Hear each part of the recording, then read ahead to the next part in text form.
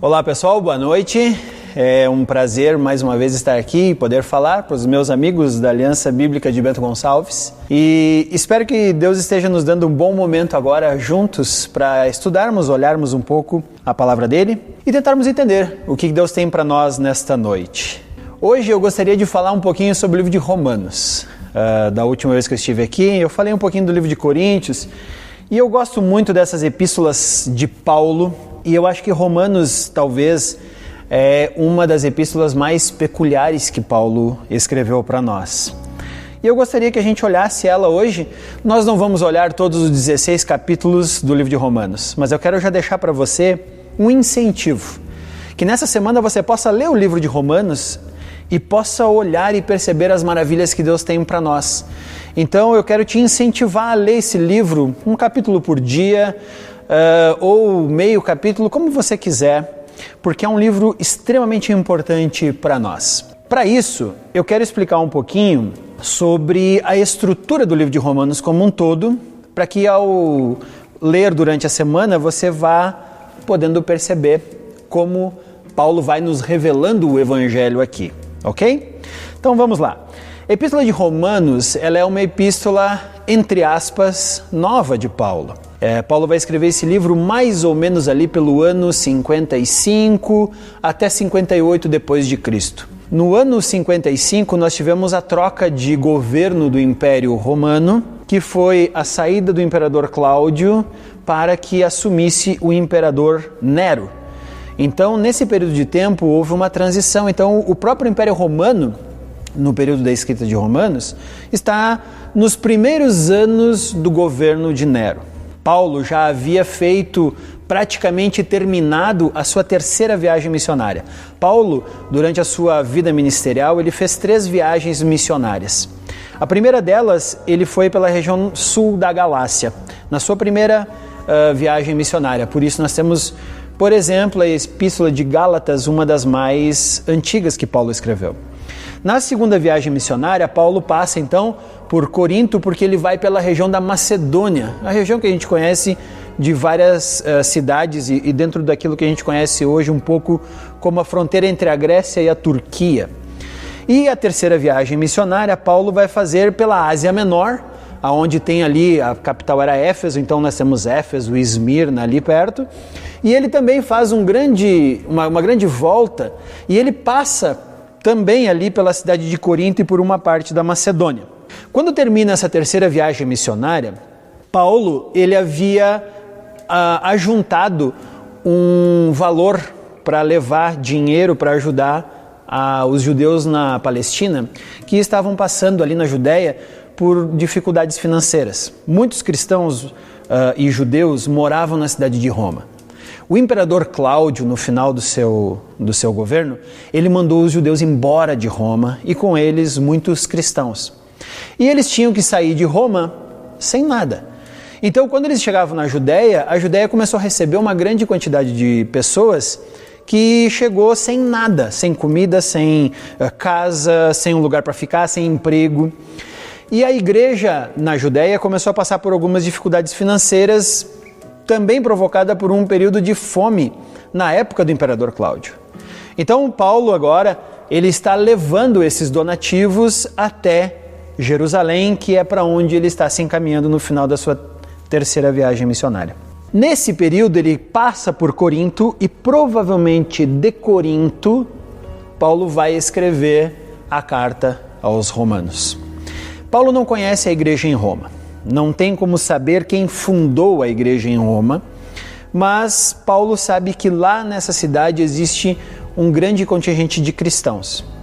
Ele vai então escrever uma carta para essa igreja, a qual ele tem o intuito de visitar para ajudar eles nos processos de evangelismo e crescimento cristão.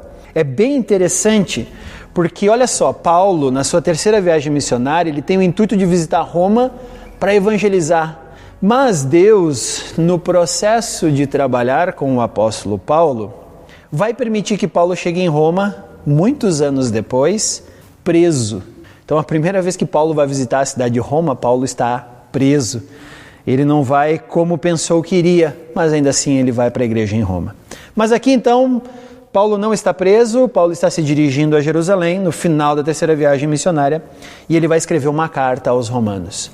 Uma das características que os romanos tinham e da qual eles se vangloriavam era a parte jurídica. Roma é muito conhecida por causa do direito, por causa da forma pela qual os romanos conseguiam trazer justiça para os seus cidadãos. Tanto que muito do direito, da parte de advocacia que nós temos hoje, tem muitas bases nesse direito romano que nós conhecemos. É interessante como Paulo vai montar a carta aos romanos muito parecida com um tribunal. É por isso que eu digo que a carta aos romanos ela é um tanto quanto peculiar e bem específica nessa formatação. Então, para Paulo, imagina você que ele tem um tribunal diante dele. O juiz desse tribunal é Deus. Esse juiz, que é Deus, ele tem uma acusação a fazer.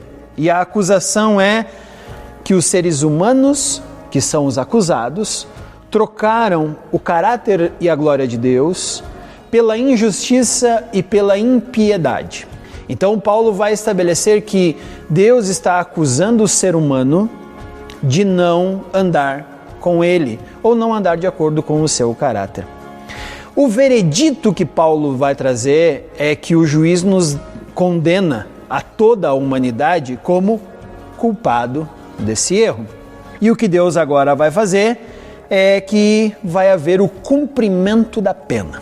O que eu gosto do livro de Romanos, e é o que nós vamos perceber aqui nessa noite, é como um livro que começa acusando a humanidade, da qual nos primeiros 3 capítulos de Romanos, pelo menos até a metade do capítulo 3, nós temos um tom bastante pesado, do qual você vai começar a ler, e eu quero te incentivar, leia, passe por esses primeiros capítulos, porque embora eles pareçam pesados, é um livro que começa com a humanidade no banco dos réus, e logo já no capítulo 3, Paulo vai dizer que nós podemos ser chamados de filhos de Deus.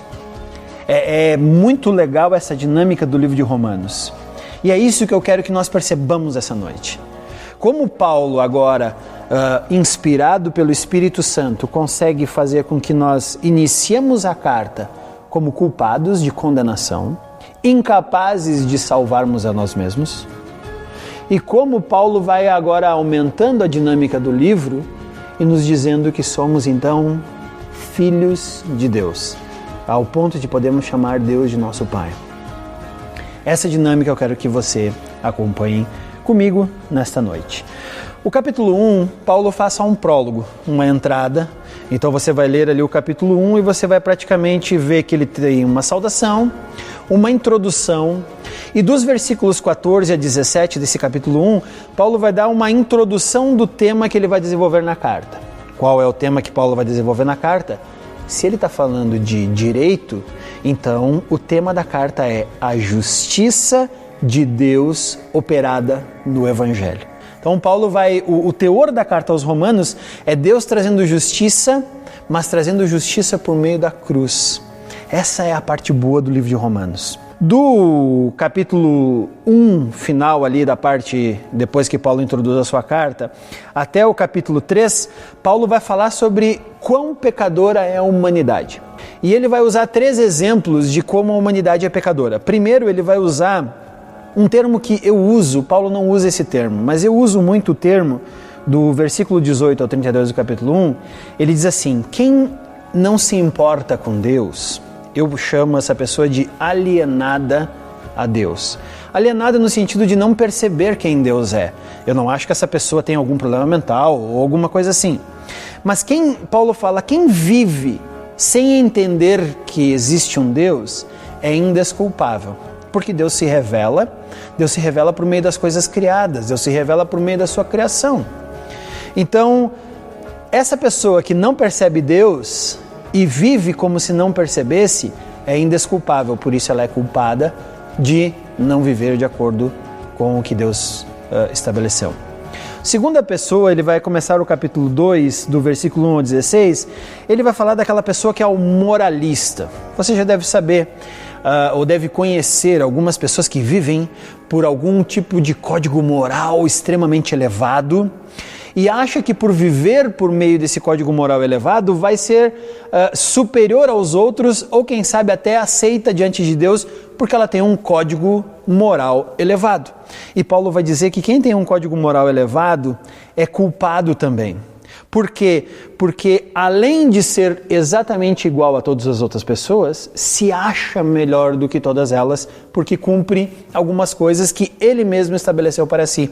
Então, o alienado é indesculpável, o moralista é indesculpável, e talvez a gente possa dizer, bom, mas peraí, tem uma gama de pessoas ali que não se encaixa nisso, que são os religiosos. Quem sabe, nós também conhecemos algumas pessoas que acham que serão aceitas diante de Deus por meio da religiosidade, por meio da religião. E Paulo vai dizer, até mesmo o religioso, ele é culpado diante de Deus. E ele vai usar inclusive a figura do judeu, que era a figura mais religiosa que Paulo tinha. E é o povo a quem Deus se revelou no Antigo Testamento. E Paulo vai dizer, o judeu é indesculpável, ou o religioso é indesculpável, porque ele cumpre a lei, e ele acha que cumprindo a lei, Deus vai aceitá-lo. Mas na verdade, a lei é só o sinal de que ele tem um caráter que vai contra o caráter santo, puro, reto de Deus. Então ele fala que o alienado é indesculpável, o moralista é indesculpável e o religioso é indesculpável. Mas vai lá, eu quero te incentivar, continua lendo o livro de Romanos, tá? Por quê? Porque a partir do capítulo 3, do versículo 21 em diante, Paulo vai falar que Deus trouxe uma justiça nova. E essa justiça que Deus então vai fazer, ela acontece por meio da cruz de Cristo. Paulo vai dizer que Cristo é a justiça total e perfeita de Deus para nós. E nós só podemos aceitar essa justiça por meio da fé. Não há nenhuma obra que o ser humano possa fazer. Então, olha que interessante, aquele alienado, aquele moralista e aquele religioso, eles não estão condenados para sempre. Eles só precisam agora colocar fé no sacrifício de Cristo, na cruz. E a partir desse momento, ele recebe a justiça de Deus. Então, se o ser humano está sendo condenado diante de Deus, Deus traz uma justiça. Qual é a justiça de Deus ao ser humano que está sendo condenado? Trazer o seu filho, fazer o sacrifício na cruz, pleno e total. E depois disso, trazer o ser humano e considerá-lo inocente. Esse é o livro de Romanos. E é legal porque talvez a gente pense assim, mas como Deus pode trazer pessoas imperfeitas como nós para serem justas? E eu vou te dizer como. No Antigo Testamento, um judeu piedoso tinha que trazer um cordeiro como um sacrifício diante de Deus. O sacerdote tinha que olhar para saber se o sacrifício ia ser aceitável. Mas olha que interessante, o sacerdote não olhava se aquele judeu era perfeito. Ele olhava para saber se o cordeiro era perfeito, macho, de até 1 ano, sem defeito qualquer. O que importa é a qualidade do sacrifício, não a pureza do pecador. É por isso que Cristo é o sacrifício perfeito. Porque quando Deus vai olhar para nós, Ele não vai olhar a minha perfeição, porque eu sou impossível de ser perfeito. Nós não temos como ser perfeitos, mas Deus olha o sacrifício de Cristo. E a partir do sacrifício de Cristo, quando nós nos apropriamos pela fé, nós podemos ser declarados justos, porque o sacrifício é perfeito. Nós não somos perfeitos. Olha que beleza o livro de Romanos. Então eu quero te incentivar a continuar lendo. Capítulo 4, Paulo vai exemplificar que Abraão foi justificado pela fé, não pelas obras. Porque às vezes a gente tem essa confusão, tá? Mas então, quando eu faço uma coisa boa, Deus se agrada de mim? E na verdade não. O que Paulo vai dizer é que Deus falava para Abraão, Abraão confiava no que Deus falou e então agia da forma como agia.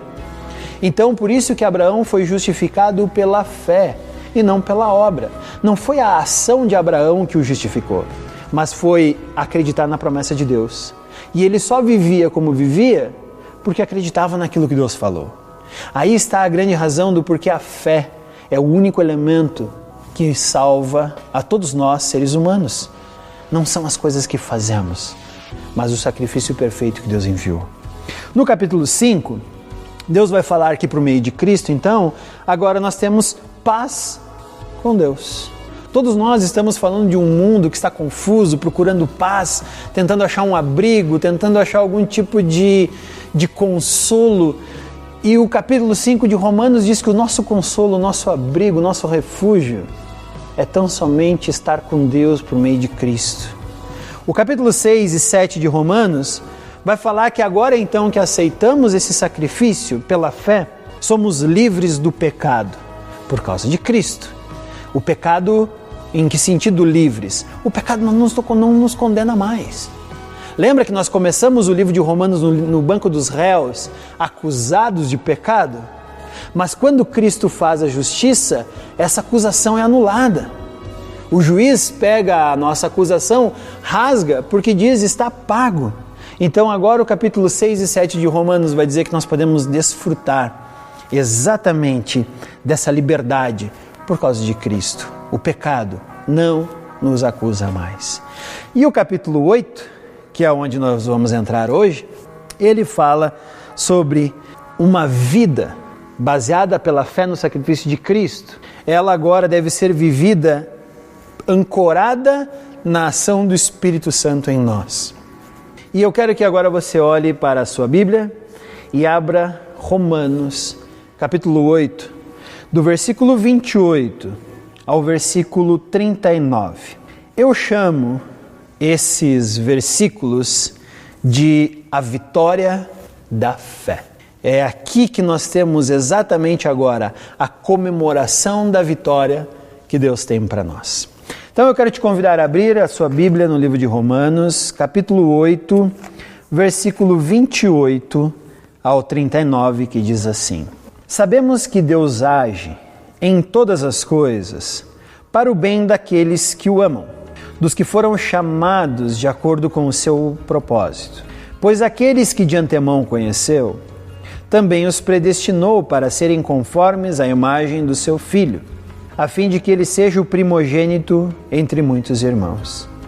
E aos que predestinou, também chamou. Aos que chamou, também justificou. Aos que justificou, também glorificou. O que diremos, pois, diante dessas coisas? Se Deus é por nós, quem será contra nós? Aquele que não poupou o seu próprio Filho, mas o entregou por todos nós, como não nos dará juntamente com ele e de graça todas as coisas? Quem fará alguma acusação contra os escolhidos de Deus? É Deus quem os justifica. Quem os condenará?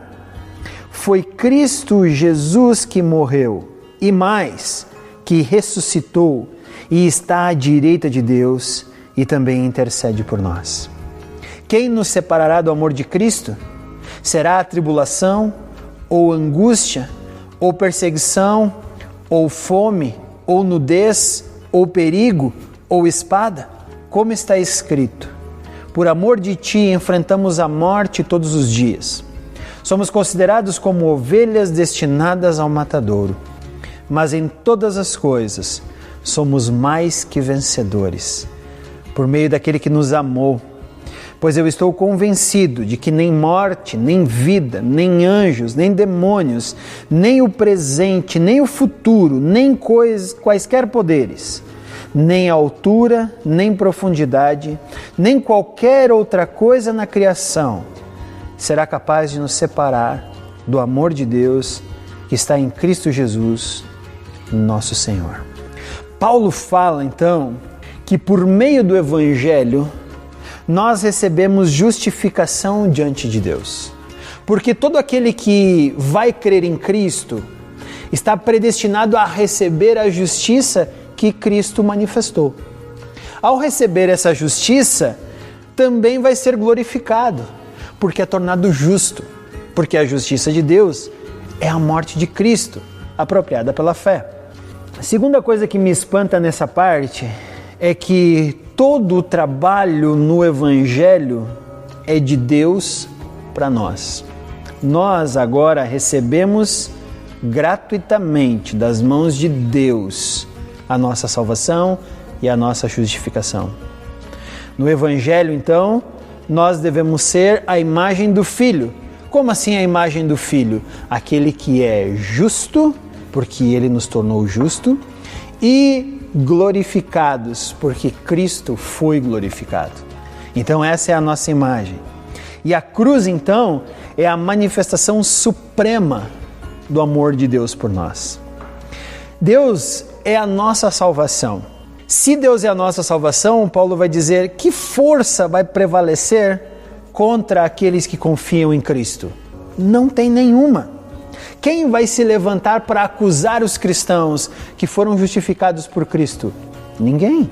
O próprio juiz, que é Deus, nos justificou e a partir da nossa justificação disse que estava paga a nossa pena. Então agora não temos mais culpa alguma. Quem vai questionar a justiça de Deus? Ninguém, porque não há nenhum tribunal maior que Deus. Quando Deus decreta a nossa justiça, essa justiça foi decretada na mais alta instância que existe. Então Paulo vai dizer, ninguém mais pode nos declarar culpados. Jesus é o nosso advogado e é interessante porque Jesus apenas não nos declarou justos e disse, agora vocês estão justos, eu estou indo embora, se virem. Não, Paulo fala que ele, no versículo 34, ele morreu, mais do que morrer, ele ressuscitou, ou seja, não ficou morto, não foi uma obra e acabou. Ele está à direita de Deus e também intercede por nós. Cristo ainda está intercedendo pelos pecados que ainda cometemos. Não é que antes de Cristo, Cristo morreu na cruz e o que foi no passado agora foi perdoado. Mas o que vier pela frente é o homem que vai ter que cuidar. Não, Cristo continua intercedendo por nós. Por isso que a cada pecado nós recebemos também o perdão e a justiça. Porque Cristo continua intercedendo. Nada pode se colocar entre Deus e o seu povo. E é isso que eu quero que a gente pense hoje. Hoje nós estamos em uma situação bastante delicada, pessoalmente falando. Nós estamos com essa questão do coronavírus, nós estamos em um momento de distanciamento social, nós estamos num momento impedidos de nos reunirmos como igreja, nós estamos impedidos de visitar pessoas queridas, ou melhor, se não impedidos, estamos sendo incentivados a não fazer essas visitas. Muitos de nós têm pessoas que estão hospitalizadas e não podem ser visitadas. Nós temos pessoas que estão em UTIs sem poder receber visita de parentes para não ser contaminadas e não contaminarem tudo mais. E aí a grande pergunta que Paulo faz para nós é: quem nos separará do amor de Cristo? Será que é a tribulação? Não. Será que é a angústia? Também não. Será que é a perseguição? Também não. Será que é a fome? Não. Será que é o fato de não podermos ter roupas? Ele fala aqui a nudez? Não. Será algum perigo? Não. Porque nada pode nos separar do amor de Deus. Eu não sei como você estava quando você começou a ouvir esse estudo, mas eu quero te dizer, com toda certeza, nada é capaz de nos separar do amor de Deus que está em Jesus Cristo. Porque Deus entregou o seu Filho para que nós pudéssemos ter acesso a Ele. Será que qualquer coisa que acontecer nesse mundo vai poder nos separar do amor de Deus? Não, nada. Então Paulo é muito enfático em dizer que Deus nos amou tanto que não há nada que seja um impedidor de que o amor de Cristo nos alcance. Então eu quero te dizer que mesmo nessa situação tão confusa pela qual estamos vivendo, Mesmo quando coisas que nós não gostaríamos que acontecessem, acontecem. Mesmo que no meio da sociedade onde vivemos, algumas coisas estejam parecendo fora do nosso controle, eu quero te dizer que ainda assim, nada nos separa do amor de Cristo. Ele continua intercedendo por nós e continua nos amando. Esse momento de confusão social em que vivemos, de uma forma totalmente nova, e é por isso que estamos aqui falando a vocês por meio de um vídeo e não presencialmente, mas nem isso pode nos separar do amor de Deus. Por quê? Porque em Cristo, versículo 37, em todas as coisas somos mais que vencedores por meio daquele que nos amou. Se nada pode nos separar do amor de Cristo, então nós somos mais que vencedores. E aí ele fala, portanto, eu estou convencido, eu estou certo de que nem morte, nem vida, nem anjos, nem demônios, nada que está no presente e nada que está no futuro, nem qualquer outro poder, nem a altura, nem a profundidade, nem qualquer outra coisa na criação é capaz de nos separar do amor de Deus que está em Jesus Cristo. Pois para nós cristãos não há perda financeira grande o suficiente para nos separar do amor de Deus.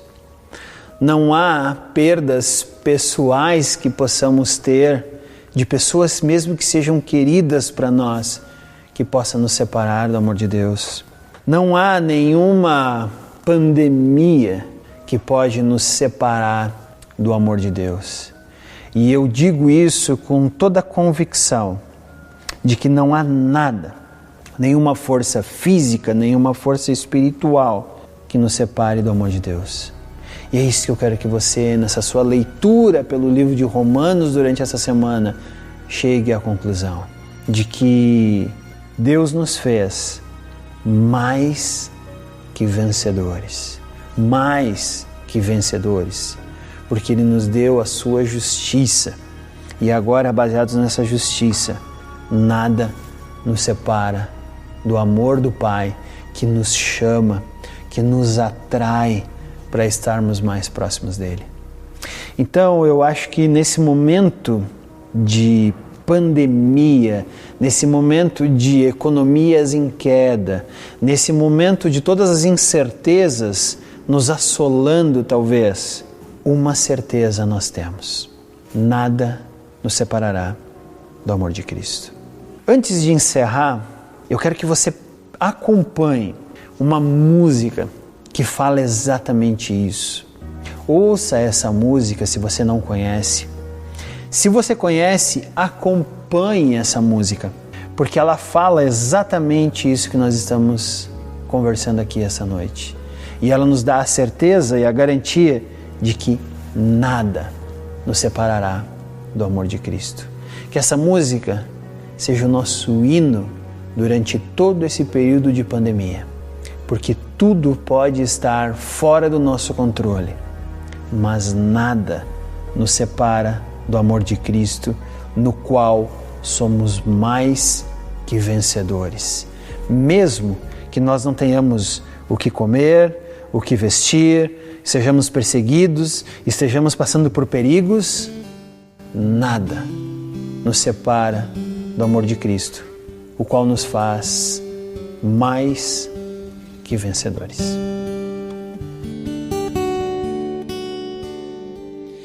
Quem nos separará do amor de Cristo? Será tribulação, angústia ou perseguição, fome ou nudez, perigo, espada.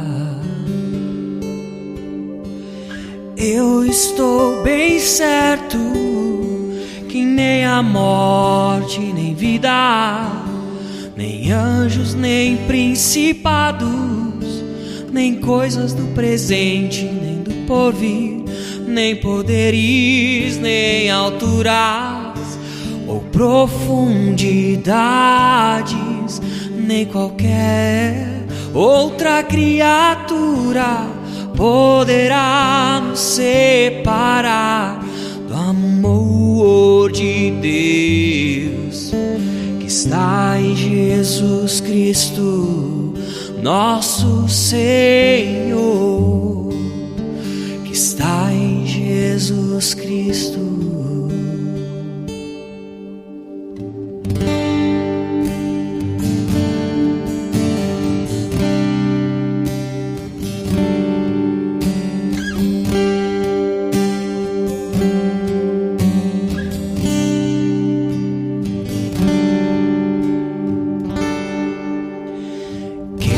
Separará do amor de Cristo? Será tribulação, angústia ou perseguição, fome ou nudez, perigo, espada? Eu estou bem certo que nem a morte, nem vida, nem anjos, nem principados, nem coisas do presente, nem do porvir, nem poderes, nem alturas ou profundidade, nem qualquer outra criatura poderá nos separar do amor de Deus que está em Jesus Cristo, nosso Senhor, que está em Jesus Cristo. Nada, nada poderá nos separar, nada, nada poderá nos separar do amor de Deus que está em Jesus Cristo, nosso Senhor, que está em Jesus Cristo.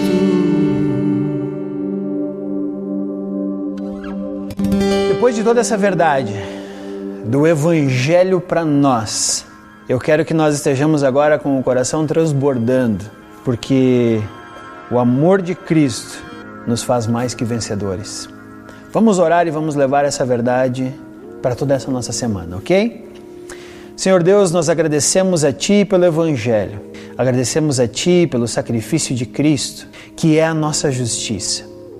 Não nos tornamos justos por nossa própria força, mas somos declarados justos por meio da cruz e do sangue que ali foi derramado.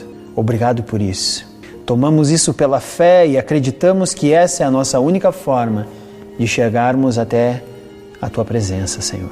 Podemos chegar livres de medo, porque Tu nos declarou justos por meio do sacrifício do Teu Filho.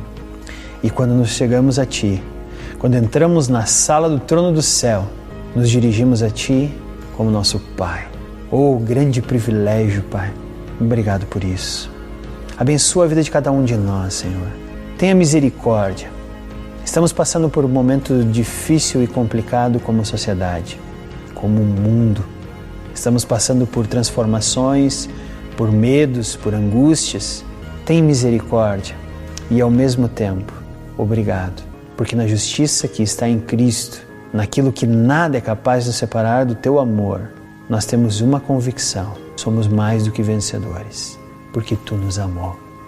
Obrigado por isso, que possamos colocar todas as nossas aflições, todos os nossos medos, todas as nossas angústias em Ti, porque ali elas estão bem guardadas.